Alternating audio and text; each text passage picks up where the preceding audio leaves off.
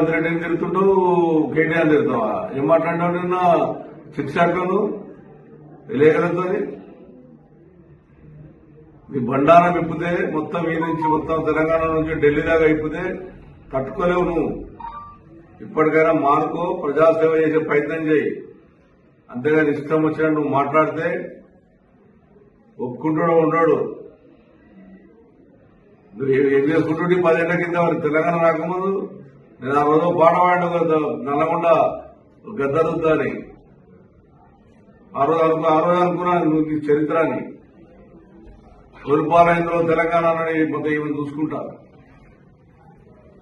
ఏ shop రోజులు లేవు, ఏ బట్టల షాప్ లేవు, ఏ బంగారు షాప్ లేవు. ఇలా మేం కబ్జాదారమ్మా. నేను ఇందిరాగారికి నాకు 4 రోజుల కింద ఫిక్స్ అయింది నాకు ప్రోగ్రాం. నాకు అక్కడ ప్రజలను కాపాడేది నేను.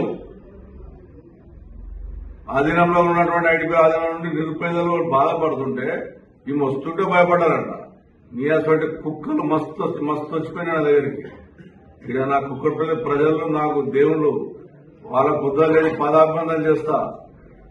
వాళ్ళందరించే నన్ను ఈ రకంగా గెలిపించారు, నా నీతి నిజాయితీని. బ్లూ సీట్లు కనబడితే వసూలు చేసేదానికి నీకు అలవాటు ఉంది, ఎవరికి అలవాటు లేదు.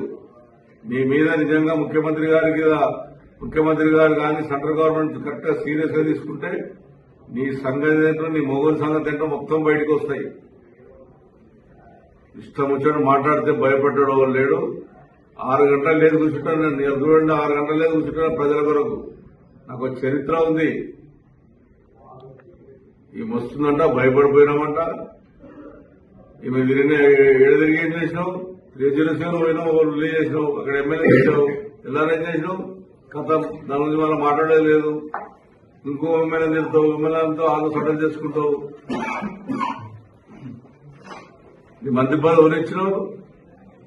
మంత్రి పదవి ఎంతమందికి అమ్ముకున్నావు? మంత్రి పదవులు తెలియదా మాకు? మీ నాన్న అంటే ఒక గొప్ప పేరుంది. మహాత్మా గాంధీకి ఏ రకంగా పేరుందో కేసీఆర్ అంత మంచి పేరును సర్వనాశనం చేశావు. కేటీ రామారావు హైదరాబాద్ డెవలప్ చేస్తే, కేటీ రామారావు చేసేటువంటి గొప్పతనాన్ని హైదరాబాద్ నాశనం చేస్తే కేటీఆర్ తిరుగుతున్నాను. హరీష్ రావు అయితే ఎప్పుడు ఎదగొట్టాలి? నీ ప్లాన్ ఏందో తెలుసా? మీకు చెప్తున్నా విలేకరు, మేమే ప్లాన్ ఏందో రికార్డు టీవీలలో ఈమె ప్లాన్ కూడా పెద్ద 1 year నుంచి రేపుకున్నటువంటి హరీష్ రావు పాట ఎలగొట్టాలి. వాళ్ళందరూ ఏదో రకంగా రేవంత్ రెడ్డిని పట్టుకొని లోపల వేపియాలి.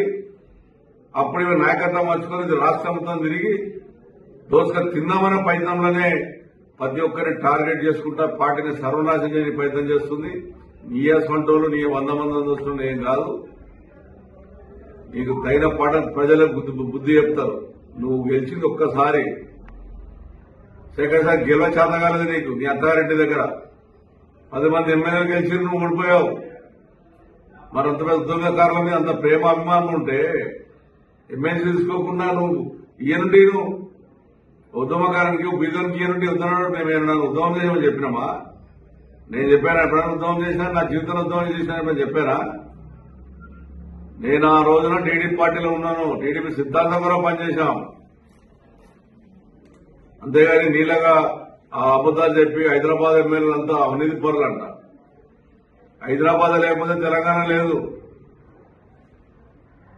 హైదరాబాద్ ప్రజలందరం కాపాడి ఇలా తెలంగాణ రాష్ట్రం బాగుండాలని కోరుకున్న వ్యక్తులు మేమందరం కూడా. ఇష్టం వచ్చినట్టు మాట్లాడుకుంటా, ఇష్టం వచ్చి చేసుకుంటా, నీ వ్యక్తిగతంగా మాట్లాడాలంటే తట్టుకోలే తల్లి, గుర్తుంచుకోను.